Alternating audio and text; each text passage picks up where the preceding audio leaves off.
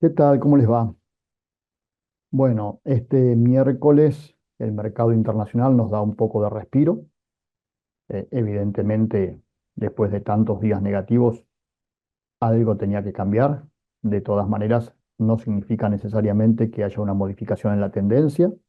Sin embargo, creo que los precios están buscando el equilibrio en base a la real situación de oferta y demanda mundial, más allá de los problemas coyunturales que ocurren, como es habitual, y que le permiten a quienes participan en el mercado para generar ganancias de corto plazo, precisamente intentar tomar esas ganancias. Me refiero a los fondos, ¿no? Que como todos ustedes saben, de alguna manera son los que determinan el comportamiento de los precios en el mercado de Chicago, más allá de los fundamentales del mercado. Y entonces vamos a aprovechar hoy para mostrarles un trabajito muy sencillo y muy teórico, pero que de alguna manera demuestra el daño que se le ha causado a la producción agropecuaria argentina, a la producción agroindustrial, si quieren, pero más que eso, el daño que se le ha causado a nuestro país con las políticas que se vienen aplicando al principal sector de la economía desde hace mucho tiempo, pero particularmente desde fines del 2001, principio del 2002, con la recordada crisis. Aquellos que tenemos memoria nos acordamos después de la década del 90, a la salida de la convertibilidad. Digo porque, insisto, una de las cosas que nos pasa, por la cual repetimos siempre los mismos errores, es no tener memoria. Entonces, viene bien recordar cómo salimos de la convertibilidad con la crisis aquella provocada por un gobierno, eh, digamos, que se equivocó en el camino a tomar, por ser eh, simple en la calificación, que era el gobierno de Fernando de la Rúa, después de los años de la convertibilidad de Carlos Menem. Convertibilidad que tuvo distintas etapas, pero creo que la etapa más relevante fue la etapa en que teníamos de ministro a Domingo Cavallo con todos sus pros y sus contras, y después pasó lo que todos ya sabemos que pasó. Pero a partir del 2002, con la presidencia de Eduardo Duhalde,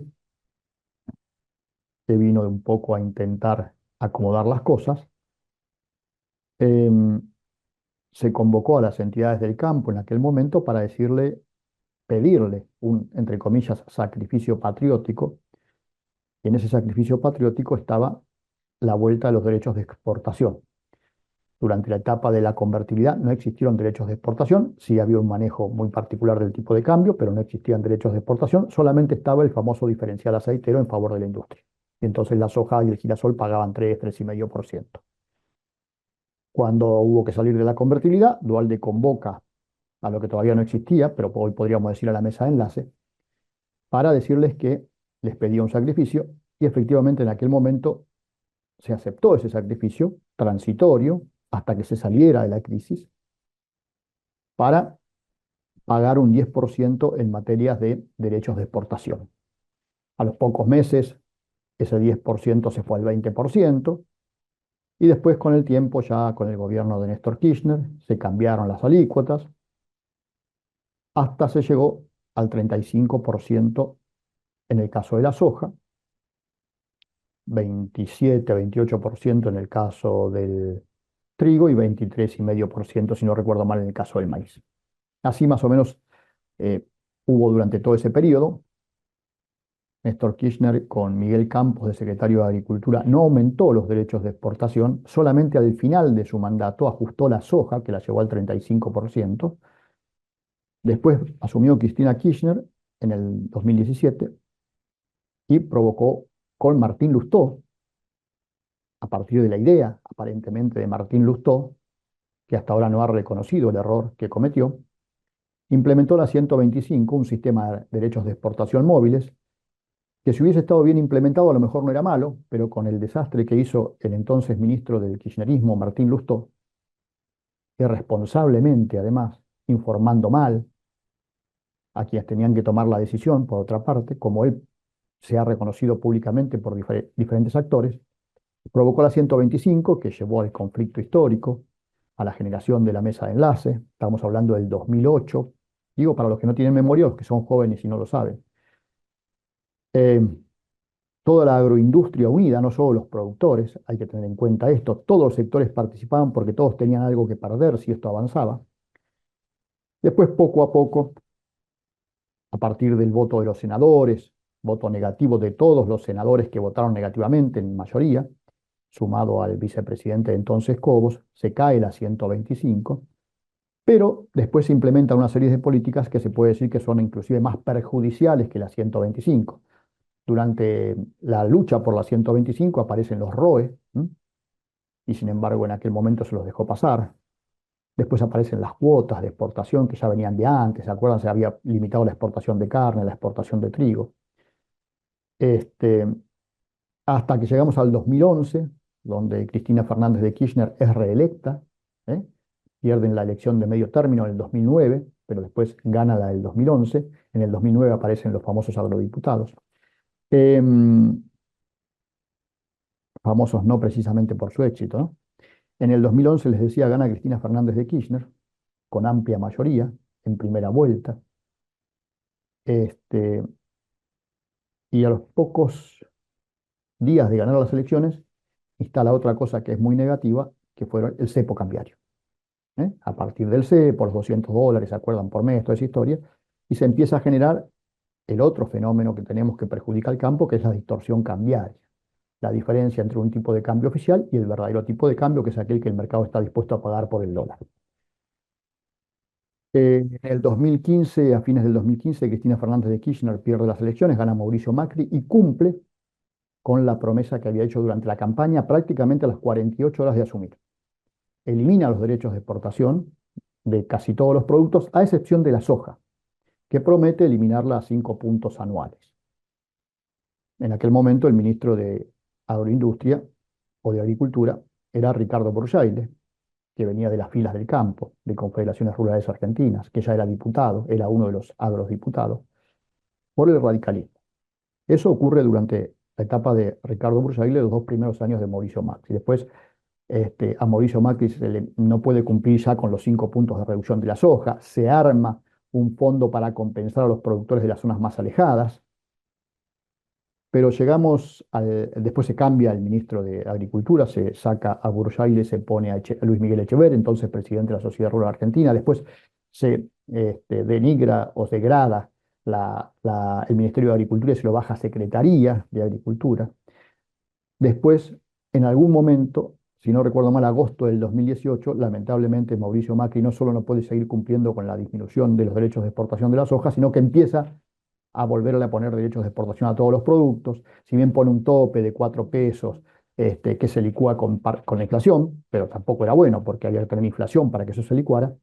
Y llegamos hasta el 2019, en que asumen otra vez ya con derechos de exportación, y Alberto Fernández utiliza parte del andamiaje de los derechos de exportación que instaló Mauricio Macri para volver a poner el trigo y el maíz en el 12% y la soja en el 33%, que todavía se mantiene.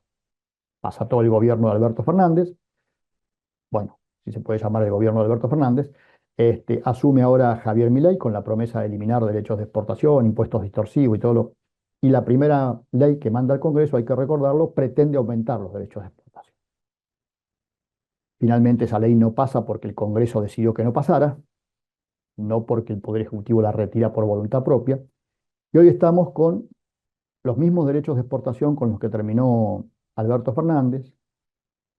Otra vez el problema del diferencial cambiario, a pesar de la gran devaluación que se produjo, devaluación que fue acompañada, por supuesto, de un mayor incremento en los costos y que no impactó tanto en los precios de los granos, porque recordemos que ya en la etapa final de Fernández con Massa de ministro y Massa candidato además, se da el mix del 50 y 50, ¿no? Y llegamos a esto. No hay por ahora definición en cuanto a que se van a quitar los derechos de exportación en una fecha determinada. Al contrario, se los sigue manteniendo. El diferencial se está agrandando. Y la mesa de enlace reclamando por una sobretasa que pagan los productores que tengan soja guardada y que se cae ahora el 30 de junio. La verdad es que a esta altura, si ese es el único reclamo que tienen para hacer, me parece que están lejos de las necesidades de los productores, ¿no? Pero a su vez también, con mucha prudencia, incluyen en el comunicado que emiten un párrafo que dice, el campo necesita gestos. Y en este caso, la no continuidad de la norma, la del diferencial de tasas, sería un aliciente. Termina el 30 de junio, quédense tranquilos. Que deberá ratificarse con la quita total de las retenciones. Hasta ahí veníamos bien, pero le agregan al ladito, siempre dentro de un esquema razonable. Es decir, síganme robando, pero de a poquito. Y la eliminación de los impuestos país y al cheque. Eh, Está claro que al campo le pasa lo que le pasa, por algo le pasa. Cuando digo al campo, digo a los productores. Entonces, y la hice muy larga, y no quería hacerla tan larga, pero es lo que uno siente, ¿no? Después uno puede estar de acuerdo o no. Después, estos días, el gran amigo Salvador Vitelli, Salvador el Bueno, como le digo yo, se tomó el trabajo de hacer un grafiquito, que ahí lo vamos a ver en pantalla, en donde demuestra que por diferencial cambiario se perdieron 116 mil millones adicionales y por derechos de exportación acumulados la cifra supera los 200 mil millones de dólares, es decir, 116 mil más 203 mil. 203 mil de derechos de exportación y 116 mil de diferencial cambiario. En total, 319 mil millones de dólares se le sacaron a los productores. 319 mil millones de dólares se le sacaron a los productores desde que empezaron de nuevo los derechos de exportación. Y eso sí, la mesa de enlace pide prudencia cuando se los vaya a quitar. Este, Me parece que no fue feliz, por lo menos en ese párrafo, la redacción del comunicado, ¿no? Pero bueno, allá ellos. Están con miedo, no sé por qué, y están pidiendo que los convoquen a firmar el pacto de mayo que se va a hacer en julio, en donde no dice nada del campo, por lo menos no que sepamos. La ley base no tiene ninguna medida a favor del campo. Entonces, ¿qué necesidad hay de seguir quedando bien con un gobierno que por ahora no los escucha? Por ahora no los escucha y los sigue castigando. Insisto, miren el gráfico que hizo Salvador Vitelli. Por derechos de exportación se le quitaron al campo 203 mil millones de dólares y 116 mil millones de dólares adicionales por diferencial cambiario. Y a eso hay que sumarle, que no está contemplado en el trabajo que hizo Salvador, lo que los productores dejaron de recibir cuando existían los ROEs, ¿se acuerdan las cuotas? Porque también falta acá el subsidio que se le da al consumo interno vía los derechos de exportación. Es decir, es más que esto inclusive. Pero yo tomé del número que publicó Salvador, 319 mil millones de dólares, entre las dos cosas, y dije, a ver, porque me lo dijo un productor, me dice, ¿por qué no calculás cuánto se hubiese sembrado con esa guita? ¿Cuánto se hubiese sembrado con 319 mil millones de dólares que le sacaron a los productores? Entonces yo hice tres cálculos que lo vamos a ver en un gráfico, en un cuadro, perdón, que es complicado porque tiene montones de números y yo los quise poner todos. Necesariamente, ¿saben por qué? Porque hasta a mí me sorprendió la cifra. ¿Qué hice? Agarré los 319 mil millones de dólares y en la primera parte del cuadro dije, a ver, ¿cuánto según márgenes agropecuarios cuesta sembrar y cosechar? Sembrar y cosechar no entro en la parte comercial, una hectárea de trigo, una hectárea de maíz o una hectárea de soja. Y después dije, con los 319 mil millones de dólares, dividiendo los 203 mil por derechos de exportación y los 116 mil por diferencial cambiario, ¿cuántas hectáreas se podrían haber sembrado? En el caso del trigo, algo así como 764 millones. En el caso, sí, no estoy jodiendo, ¿eh? En el caso del maíz, 552 millones y en el caso de la soja, 930 millones. ¿Mm? Piensen ustedes que más o menos a lo largo de los 24 años se han sembrado alrededor de 1.200 millones de hectáreas. Es uno u otro, no es todas acumuladas, ¿eh? Y después dije, a ver, y si a esas hectáreas, y ahí vamos a la parte del medio del cuadro, las multiplicamos por el rendimiento que más o menos se podría haber obtenido, ¿cuánto, cuántas toneladas se podrían haber producidas? Si fuera solo trigo, algo más de 3.000 millones de toneladas. Si fuera solo maíz, algo más de 4.400.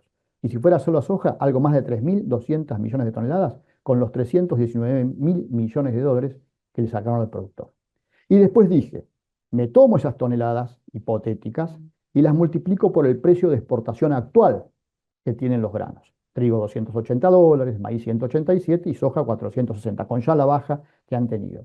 Y digo, ¿cuánto valor se podría haber generado si esos 319 mil millones de dólares, en vez de ir al Estado, hubiesen ido a los productores, al Estado y, bueno, y algún otro? Con los 319 mil millones de dólares que se le sacaron a los productores, entonces, vía derechos de exportación y vía diferencial cambiario, se podrían haber generado, insisto, a valores actuales, algo así como 857.000 millones de dólares de trigo u 827.000 millones de dólares de maíz o 1.497.000 millones de dólares de soja. Es decir, se hubiese multiplicado por 5 prácticamente o por 4 y pico lo que se le quitó a los productores. Eso hubiese sido posible, insisto, si en lugar de quitárselo a los productores, se lo hubiese dejado a los productores. Y hoy tendríamos probablemente unas cosechas que hubieran crecido tanto como siempre crecieron en Brasil. Mientras tanto, desde el año 2000 hasta acá. Ahora, yo no me imagino a los productores de Brasil pidiendo que le quiten la presión impositiva, pero de a poquito, muy de a poquito, a gusto de la casta, entre comillas. Hasta mañana. Somos Leyva Hermanos, un equipo de profesionales especialistas en el corretaje de granos. Brindamos un conjunto de servicios integrados para tus negocios. Poseemos nuestra propia operación logística y somos agentes de bolsa, por lo que te asesoramos sobre inversiones, financiamiento y seguros. Hace tu mejor negocio. Sumate a Leyva.